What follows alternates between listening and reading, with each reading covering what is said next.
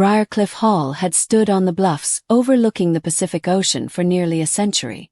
Built in 1927 by a steel magnate with more money than taste, it had passed through a dozen hands before falling into disrepair in the early 2000s. When I first saw it 3 years ago, the gardens were overgrown. The ballroom ceiling was water-stained, and the grand staircase had a crack running through 3 of its marble steps. I had fallen in love with it immediately. Now, standing in the restored foyer with its gleaming chandeliers and polished floors, I watched my family attempt to destroy the wedding I had spent 2 years planning. "We're canceling this venue," my mother announced to Marin, the event coordinator, with a kind of authority that came from decades of getting exactly what she wanted. "The wedding is off." Marin, a composed woman in her 50s who had coordinated hundreds of events in this space, looked from my mother to me with obvious confusion. "I'm sorry, Mrs. Halloway, but I don't have any cancellation request from the bride. The bride doesn't know what she's doing." My mother cut her off with a wave of her hand. "She can't afford this place anyway. We all know this wedding is a fantasy that's gone on long enough." My father stepped forward, his corporate attorney persona fully activated. "We'll need a full refund of whatever deposit was paid. I'm sure you understand that under the circumstances, holding funds for an event that won't be taking place would be legally questionable." "Russell, please." My Aunt Bernice placed a hand on his arm, though her expression suggested support rather than restraint. "Let them handle this professionally." The them in question was the small army of family members who had descended on Briarcliff Hall that morning, ostensibly for a final walkthrough before tomorrow's ceremony. My mother, my father, Aunt Bernice, Uncle Lowell, my grandmother Edith, my younger sister Delaney, and Delaney's husband Brooks, all gathered in the foyer like a jury that had already reached its verdict. I stood slightly apart from the group next to my fiancé, Callum, who was gripping my hand so tightly I could feel my engagement ring pressing into my finger. His parents, Nora and Stephen Ives, flanked his other side, their faces reflecting the same bewildered horror I felt. "Mrs. Halloway," Marin tried again, her professional smile showing strain. "I really need to speak with Miss Halloway directly about any changes to the event. Leora has nothing to say." My mother turned to look at me, her expression a mixture of pity and contempt that I had become intimately familiar with over the past 31 years. "Do you, sweetheart? You can't actually afford this venue. You can't afford that dress you picked out. You certainly can't afford to marry someone without a real career." Callum stiffened beside me. He was a marine ecologist who had spent the last decade studying kelp forest restoration, work that was important and meaningful even if it didn't come with a corner office or a 7-figure salary. "That's completely uncalled for," Nora Ives said sharply. "Is it?" My mother raised an eyebrow. "I'm simply stating facts. Leora works at a non-profit. Callum studies fish. Between the two of them, they probably make less than Delaney's shoe budget." She laughed at her own joke, and several family members joined in. Delaney, my younger sister by 4 years, smiled prettily. She had always been the golden child, married at 25 to Brooks, an investment banker who came from old money and worked at a firm that managed even older money. Their wedding had been a $1.8 million affair at the Regency Astor Hotel, featured in 3 bridal magazines and talked about in our family with the kind of reverence usually reserved for religious experiences. My wedding, by contrast, had been met with skepticism from the moment I announced my engagement. "The venue alone is $92,000, my father said, addressing Marin as if I weren't standing right there. "There's no way Leora could have afforded the deposit, let alone the full amount. Either she's committed fraud or someone else is paying for this. Either way, we need to sort it out now before this charade goes any further." "It's not a charade," I said quietly. Every head turned toward me. It was the first time I had spoken since the ambush began. "Oh, honey." My mother's voice dripped with condescension. "We know you want this to be real. We know you've dreamed of a beautiful wedding in a beautiful place, but dreams don't pay bills. And frankly, after everything Callum's family has failed to contribute," she shot a pointed look at Nora and Stephen, "it's time for someone to be honest with you." "We offered to contribute," Stephen Ives said. his voice tight with controlled anger. Multiple times. You refused. Contribute what? A few thousand. My father laughed. This venue costs more than your house. The insult hung in the air, ugly and deliberate. Nora's face went red. Callum made a sound low in his throat, something between a growl and a word. That's enough. I released Callum's hand and stepped forward, placing myself between my family and his. You don't get to come into my wedding venue and insult my future in-laws. Your wedding venue? Delaney laughed. Please. You can barely afford your apartment. You drive a 12-year-old Civic. Last Christmas, you gave everyone homemade gifts because you couldn't afford real presents. I gave homemade gifts because I thought they were meaningful. You gave homemade gifts because you're broke. Delaney examined her manicure with studied disinterest. Just admit it. This whole thing is some kind of elaborate delusion. Either that or you're in debt up to your eyeballs. Grandmother Edith, who had been silent until now, stepped forward with the aid of her silver-handled cane. At 83, she was still the family matriarch, her opinion carrying more weight than anyone else's. Leora dear, her voice was gentle, which somehow made it worse. We're not trying to hurt you. We're trying to protect you. You've always been the dreamer of the family, head in the clouds, as your grandfather used to say. But there comes a time when dreams need to give way to reality. And what is reality, Grandma? Reality is that you can't afford this life. You work for a non-profit that probably pays you in gratitude and good feelings. You're engaged to a man who plays with fish for a living. You've booked a venue that costs more than most people's houses. Something doesn't add up. Marin had been watching this exchange with growing discomfort. She caught my eye, a question in her expression. Do you want me to call security? I gave a tiny shake of my head. Not yet. So what exactly is your plan here? Ask my family. You show up the day before my wedding, cancel my venue, and what? I just go home and forget the whole thing. You come home and let us help you sort out this mess, my mother said, as if this were obvious. We'll deal with whatever debts you've accumulated. We'll help you end this engagement gracefully, and then you can start over, maybe with someone more suitable. More suitable? Callum's voice was dangerously flat. You mean someone with money? I mean someone who can provide for her properly. My mother didn't even pretend to soften the blow. Someone from a good family. Someone who didn't grow up in. She let the sentence trail off and turned her gaze back to Callum. Where did you grow up, Callum? A farming community in the northern Central Valley. My parents are teachers, Callum said.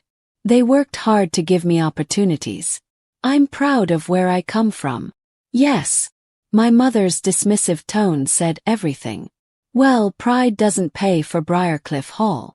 Catherine, that's enough. Nora stepped forward, her small frame rigid with anger. You've insulted my son, my husband, and our entire family. You've tried to cancel a wedding that isn't yours to cancel. And you've done all of this based on assumptions that you've never bothered to verify. What's there to verify? My father spread his hands. We know what Leora makes. We know what Callum makes. We know what this venue costs. The math doesn't work. Maybe your math doesn't work, I said. Maybe you don't have all the numbers. My mother laughed. Oh, sweetheart, what numbers could we possibly be missing? Did you win the lottery, find buried treasure, rob a bank? She glanced at the rest of the family, inviting them to share the joke. Please enlighten us. Where did the money come from? Before I could answer, Marin's tablet buzzed. She glanced at it, and something shifted in her expression. A flicker of understanding or perhaps relief. If you'll excuse me for just a moment, she said. There's a call I need to take. She stepped away but not far. Just to the edge of the foyer, where she could still be heard if she spoke loudly enough. And speak loudly she did. Yes, sir. Yes, they're here now. The Holloway family. Yes. Was. No, sir. The bride hasn't authorized anything. They're claiming, yes, exactly. Another pause, longer this time. I understand completely. I'll let them know you're on your way."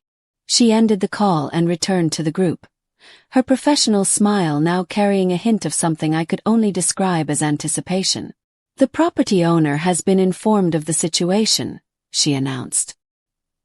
"He's asked me to convey that no cancellations or changes will be made without the explicit written consent of the bride. He's also coming down to address your concerns personally." The property owner. My father's eyes narrowed. "I thought Briarcliff Hall was owned by some LLC. A development company." "Briarcliff Estate Holdings," Marin confirmed. "The managing partner prefers to be involved personally when there are disputes." "Perfect." My mother drew herself up to her full height, which was considerable even without her heels. "Let him come. I'm sure once he hears the situation, he'll understand that this wedding isn't going to happen. Regardless of whatever fantasy Leora has constructed, the reality is that she can't pay for any of this." "Mrs. Halloway," Marin's voice was carefully neutral, "I'm not sure you fully understand the situation." "I understand perfectly. My daughter has gotten in over her head, and now it's up to the adults to clean up the mess." She turned to me, her expression shifting to something that might have been sympathy if it weren't so laced with judgment. "It's not your fault, Leora. You've always wanted things you couldn't have. But wanting doesn't make it so." I was quiet for a long moment, looking at my mother, really looking at her. This woman who had given me life but had never seemed to actually see me. Who had praised Delaney's every accomplishment while dismissing mine as cute hobbies. Who had made it clear from childhood that success meant money, status, and marrying well, and that anything less was failure. "You know what I've always wondered, Mom," said finally. "Why you never asked about my work. In 12 years at the foundation, you've never once asked what I actually do. You answer phones and plan fundraisers. We know what you do. I'm the executive director. I've been for 6 years. Before that, I was the director of programs. Before that, I was a program manager. I worked my way up. Just like Dad always said people should." My father waved this away. "Executive director of a tiny nonprofit is still just a nonprofit. You make what? 65,000 a year. 70. 68, I said. "And you're right. It doesn't change anything. Because my salary isn't how I paid for this wedding." "Then how?" The question was interrupted by the sound of footsteps on the grand staircase.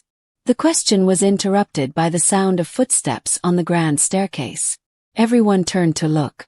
A man was descending in his mid-30s, wearing jeans and a casual button-down shirt, his dark hair slightly disheveled.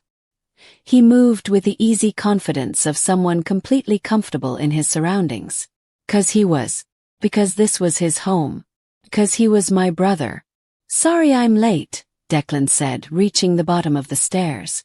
"I was on a call with the San Francisco office." He nodded at Marin. "Thanks for the heads up." My mother had gone very pale. "Declan," she said, "what are you doing here?" "I live here, Mom." Declan crossed to stand beside me, draping an arm over my shoulders. "Or did you forget that while you were trying to cancel Leora's wedding?" "Declan Halloway," my father said slowly. "You own Briarcliff Hall. I bought it 3 years ago. It was falling apart and I liked the bones." He shrugged. "Leora helped me with the restoration. She has a good eye for design. Probably would have been an architect if anyone had ever encouraged her." My mother's eyes darted between us, trying to calculate this new equation. "So you're paying for her wedding as some kind of charity?" "I'm paying for her wedding because she's my sister and I love her. Because she's marrying a good man who makes her happy." Declan's voice hardened. "And because she deserved to have one day that wasn't about you trying to make her feel small." "We weren't trying to make her feel small," Aunt Bernice protested weakly. "Really? Because it sounded a lot like you were calling her broke, delusional, and incapable of making her own decisions. In front of her fiancé's family." Declan turned to the Iveses, his expression softening. "Nora, Stephen, I'm sorry you had to witness that. The Holloway family has a long history of being terrible to anyone who doesn't fit their idea of success. Declan, that's not fair, my mother said. We were trying to protect her. You were trying to control her like you've always tried to control all of us. Declan's arm tightened around my shoulders. The difference is, I escaped early enough to build my own life. Delaney gave in and became exactly what you wanted. And Leora. He looked at me with something like pride. Leora found a way to be herself while you were too busy being disappointed in her to notice. We're not disappointed, my father said, though his voice lacked its usual conviction. We just wanted more for her. More of what? More money. More status. More misery. Declan shook his head. She runs a non-profit that provides housing assistance to homeless families. She's helped over 10,000 people find stable housing in the past decade. She makes $68,000 a year, and she's happier than Delaney has ever been in her $1.9 million house with her investment banker husband. Delaney's face flushed red. Excuse me. It's true and you know it, Declan said, not cruelly, just matter of fact. I'm not saying your life is bad, Delaney. I'm saying you live by their rules. And their rules don't actually make anyone happy. They just make people rich, respectable, and miserable. The foyer had gone silent except for the distant sound of waves crashing against the bluffs outside. My grandmother was leaning heavily on her cane, her face unreadable. My parents looked like they had been physically struck. The wedding is tomorrow, Declan continued. Leora is getting married here in this house to the man she loves. The venue is paid for. The catering is paid for. The flowers, the music, the photographer, all paid for. Not because Leora couldn't afford a wedding, but because I wanted to give my sister one day of absolute peace without any of you finding a way to ruin it. But you didn't tell us, my mother said. All these years, you didn't tell us you owned this place. You didn't tell us you were back in contact with Leora. Because I knew exactly what would happen if I did. Declan said flatly. You would find a way to make it about you. Take credit for my success. To use my money to control Leora the way you use yours to control Delaney. He paused. I stayed away to protect myself. I stayed connected to Leora because she was the only one who ever loved me without conditions. My mother's eyes filled with tears. That's not true. I love all my children. You love the children who do what you want. You tolerate the ones who don't. Declan finally released me and took a step toward our mother. When I dropped out of law school to start my first company, you told me I was throwing my life away. When I was sleeping on a friend's couch because I couldn't make rent, you offered to help, but only if I came home and took the job Dad lined up for me. When I finally succeeded, you suddenly wanted to introduce me to your friends as your entrepreneur son. He shook his head. You never cared about me. You cared about what I represented. That's not. My mother started, but Declan cut her off. When's my birthday, Mom? She blinked. What? When is it? A horrible silence stretched out. I watched my mother's face cycle through confusion, effort, and finally a shame so profound it seemed to age her years in seconds.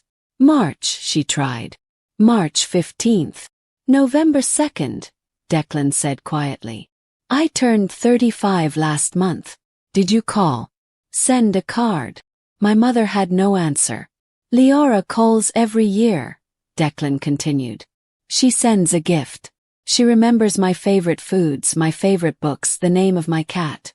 She asks about my work because she's actually interested, not because she wants to brag about it. I felt tears sliding down my cheeks. Callum's arm came around me, steady and warm. She's the only person in this family who ever made me feel like I mattered, Declan said. Not for what I could do or become, just for who I was. So yes, he said, his voice hardening again. I'm paying for her wedding. I'm hosting it in my home. And tomorrow, I'm going to walk her down the aisle, assuming Dad doesn't want the honor after today's performance. My father looked stunned. Of course I want to walk her down the aisle. She's my daughter. Then act like it. The words landed with finality. Tomorrow you will be here. You will be supportive. You will smile in photos and make pleasant conversation with Callum's family. You will not make comments about money, careers, or who deserves what. Another silence. Then slowly my father nodded. Good. Declan turned to Marin. Could you show the Halloways to the guest cottage? I think everyone needs time to cool down before the rehearsal dinner. Of course, sir. As my family filed out, subdued and uncertain, Grandmother Edith paused. I remember, she said quietly. Remember what? Declan asked. November 2nd. You were born during a storm. She smiled softly. And Leora used to save her allowance to buy you birthday presents. She reached out, touching his cheek, then mine. I know this family values the wrong things. I was too set in my ways to change it. But I'm proud of you. Both of you. She followed the others out. Later, the wedding was everything I had dreamed of, and nothing my family had expected. And for the first time in my life I felt seen.